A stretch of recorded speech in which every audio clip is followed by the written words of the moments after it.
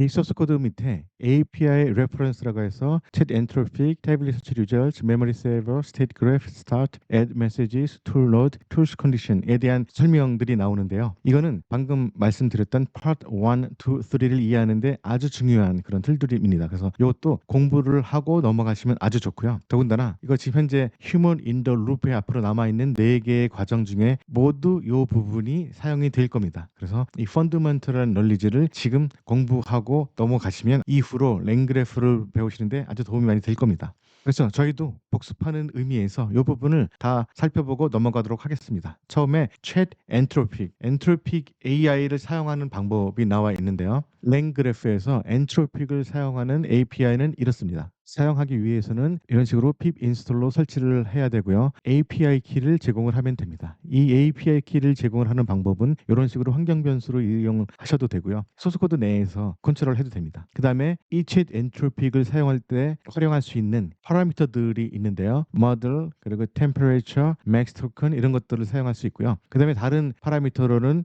timeout, max retries, API key, base URL 이런 파라미터들이 있어요. 그리고 이것들을 사용하는 기본 예제가 여기 나와 있고요. 이런 식으로 인스톨하고 난 다음에는 이 모듈을 임포트해서 사용할 때는 이런 식으로 처음에 초기화하는 방법입니다. 이렇게 초기화를 하셔서 사용하시면 되고요. 챗 엔트로픽이라는 메소드를 사용하시고 안에 파라미터를 넣어주시면 돼요. 그리고 그 파라미터에 대한 내용들은 여기에 나와 있고요. 여기 있는 것들만이 아니라 여기에 엔트로픽 API 키, 그 API URL, callback, model, 그리고 temperature, top K, top key, 그리고 verbals 이렇게 관련된 파라미터들이 모두 열거가 되어 있고요. 거기에 대한 설명들이 있습니다. 그리고 첫 번째는 이렇게 파라미터들의 설명이 나와 있고요. 그 다음에는 메소드들에 대한 설명이 나와 있습니다. 메소드들은 여기 처음에 어싱크 메소드들이 있고요. batch, 그다음에 invoke, astream 이런 것들이 있고요. 이건 어싱크 기능을 사용할 때 필요한 거고 관련된 설명들이 여기 있고 사용할 수 있는 여러 가지 파라미터들은 마찬가지로 여기서 설명이 되고 있습니다. 우리가 흔히 사용하는 메소드들은 bind나 bind tool 이런 게 있죠.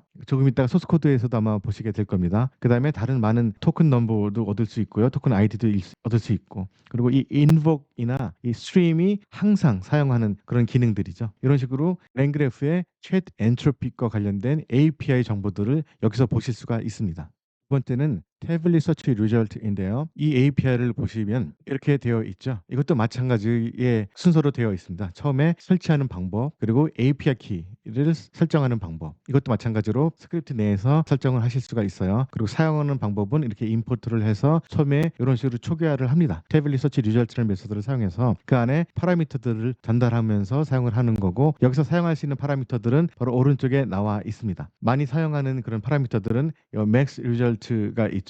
그리고 search depth 이런 것도 사용할 수 있을 거고요. 아마 include answer, include domain, include image, 그리고 include row contents 뭐 이런 것들을 흔히 많이 사용하게 될 겁니다. 그리고 verbals는 프로그레스의 로그들을 관리하기 위해서 필요한 것이기 때문에 그래서 관리를 하시려면 true를 사용하시고 필요 없으면 false를 사용하셔도 되죠. 그 다음에는 메서드 관련된 정보들이 나와 있는데요. call method 그리고 async method 이게 쭉 있고요. 여기서 흔히 사용하게 되는 그런 메소드들은 invoke 메소드나 run 메소드가 있을 겁니다. 그리고 stream 메소드도 있고요. 다른 메소드들도 필요한 경우 사용하실 수가 있으니까 미리 한번 어떤 기능들이 제공되고 있는지 살펴보시면 나중에 필요할 때 유용하게 활용할 수 있을 겁니다. 그래서 이 내용이 바로 태블릿 서치 리절트 API 내용이고요. 그 다음에 제공되는 것은 메모리 세이버 API입니다. 이것은 랭그래프의 체크포인트의 메모리라는 패키지 아래에 있는 모듈이죠. 이 메모리 세이버를 한번 보시도록 하겠습니다. 이게 메모리 세이버 페이지가 나오는데요. 여기에는 이 메모리 세이버뿐만이 아니라 langgraph.checkpoint.memory라는 패키지 안에 있는 모든 모듈들이 있습니다. 간단히 그 내용들을 보시려면 체크포인트 메타데이터, 그다음에 체크포인트, 뭐 베이스 체크포인트 세이버 이런 게 있고 그다음에 메모리 세이버가 있죠. 그 이후에도 몇 가지 더 있고요. SQLite, Postgres 세이버 이런 클래스들이 제공이 되고 있습니다. 그럼 여기서 메모리 세이버를 한번 보시면요.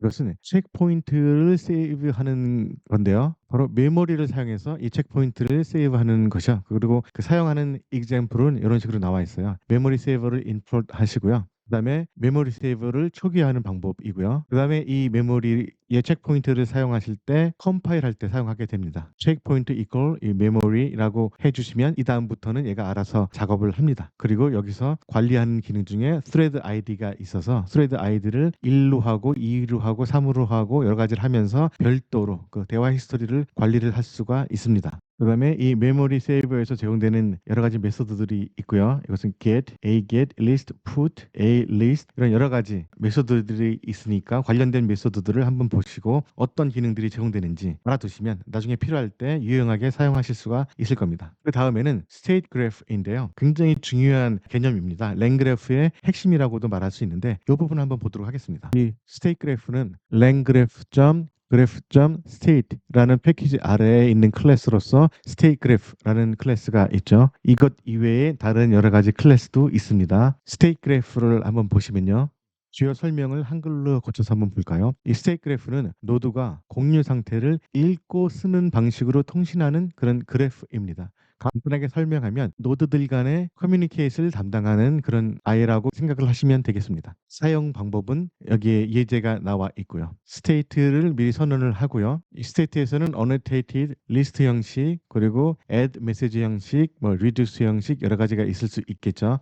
여기서 초기화하는 방식은 이 스테이트 그래프에서 위에서 선언한 스테이트를 넣고 그 다음에 여러 파라미터를 넣고 초기화를 하시면 됩니다. 초기화를 하신 다음에 변수명을 예를 들어서 그래프로 했다면 이 스테이트 그래프에서 제공되는 여러 가지 메소드를 사용할 수가 있죠. 그래프 점으로 시작하는 모든 메소드들인데요. add node 그리고 set entry point, set finish point, 그다음에 compile 이런 핵심적인 기능들이 바로 이 스테이트 그래프에서 제공이 됩니다. 그 핵심적인 기능들은 오른쪽에서 보실 수가 있고요. 여기에 8가지의 메소드들이 나오는데요. 모두 핵심적인 것입니다. add conditional edge가 있고요. set entry point, set conditional entry point, 그리고 set finish point, add node, add edge, 그리고 add sequence, 그리고 compile 이런 핵심적인 기능들이 바로 이 스테이트 그래프에서 제공되는 기능들입니다. 처음에 초기화를 한 다음에 그 초기화를 한 변수에 점 찍고 이런 메소드들을 사용하시면은 손쉽게 사용하실 수가 있습니다. 여기까지가 스테이트 그래프에 대한 API이고요. 그 다음에는 start API에 대해서 보도록 하겠습니다. 이 start API는 아주 간단하죠. langgraph.constraint이라는 패키지에 있는 거고요. 이 안에는 start가 있고 end가 있습니다. 그리고 tag hidden이라는 것이 있고 이거는 미리 정의된 상수입니다. 이것을 따로 스크립트 내에서 변수로 요 이름들을 정해서 쓰시면 안 되고요. 이건 langgraph가 미리 점유한 상수이기 때문에 이걸 그냥 갖다가 여러분들이 쓰시면 되고요. 그 다음에는 add message라는 것이 있습니다. add message는 langgraph.graph.message라는 패키지 안에 있는 거고요. 이것은 아까 보셨던 state graph와 같은 페이지에 있습니다. 그래서 이곳에 있는 것이 graph, state graph 이런 클래스들이 있고요. 이 add messages는 바로 펑션이죠. 메서드입니다. 이 add message에 대한 설명이 여기 나와 있고요. 이 add message 이 펑션은 무언가를 작업을 하는 애죠. 두 개의 리스트를 merge하는 펑션입니다. left에는 첫 번째 메시지가 들어가고 right에는 두 번째 메시지가 들어가면 얘는 그것을 그냥 합쳐주는 거죠. 그래서 이런 식으로 메시지가 두 가지가 있을 때 add message를 하면은 이 두 가지가 하나로 합쳐지게 되는 그런 기능을 하는 겁니다. 여기도 add message도 마찬가지로 두 개의 메시지를 합치는 거고요. 그래서 이런 것을 처음에 state를 선언할 때 이 annotated를 리스트로 하고 이 state는 계속 메시지들을 add할 것이다 라는 것을 여기 선언을 해주죠. 그 다음에 state graph에 있는 여러 가지 메소드들을 사용해서 처음에 아키텍트를 만들고 그 다음에 invoke를 계속 하면서 AI와 대화를 하게 되면 그 메시지들이 계속 쌓이게 되는 겁니다. 그 기능을 하는 것이 바로 add message 펑션입니다. 다음을 보시면 toolnode라는 것이 있는데요. 이 toolnode를 한번 보실까요? 이것은 langgraph.prebuilt.toolnode라는 패키지 아래에 있는 겁니다. 이것의 핵심 기능은 마지막 AI 메시지에서 어떤 툴 콜이 있었을 때, 즉 AI가 이 질문에 대해서는 A라는 툴을 써야 된다라는 식으로 답변을 하게 됩니다. 그러면 그것이 있었을 때 그 답변을 속에서 이 툴 콜을 찾아내서 해당 툴을 런하는 그런 작업을 하는 클래스입니다. 여기에서 사용할 파라미터들은 first, name, text, handle tool errors 이런 파라미터들이 있고요. 이름을 다루는 것이 바로 name이고 이 handle tool errors에서는 에러가 났을 경우에는 어떻게 핸들을 할지를 다룰 수가 있습니다. 그리고 대략적으로 이 툴 노드가 어떻게 생기는지 밑에 나와 있고요. 이와 관련돼서는 파트 2에서 실제로 매뉴얼로 이 툴 노드를 구현해 본 적이 있습니다. 그래서 파트 2로 가셔서 비디오를 보시면 이 관련된 자세한 설명이 나와 있을 테고요. 그래서 주로 하는 일은 이런 식으로 마지막 메시지를 가지고 와서 여기에서 툴 콜이 있는 것을 찾습니다. 그래서 그 툴 콜이 한 개가 될 수 있고 여러 가지가 될 수도 있죠. A라는 툴, B라는 툴, C라는 툴 여러 가지 툴을 사용해라라고 대답을 할 수도 있고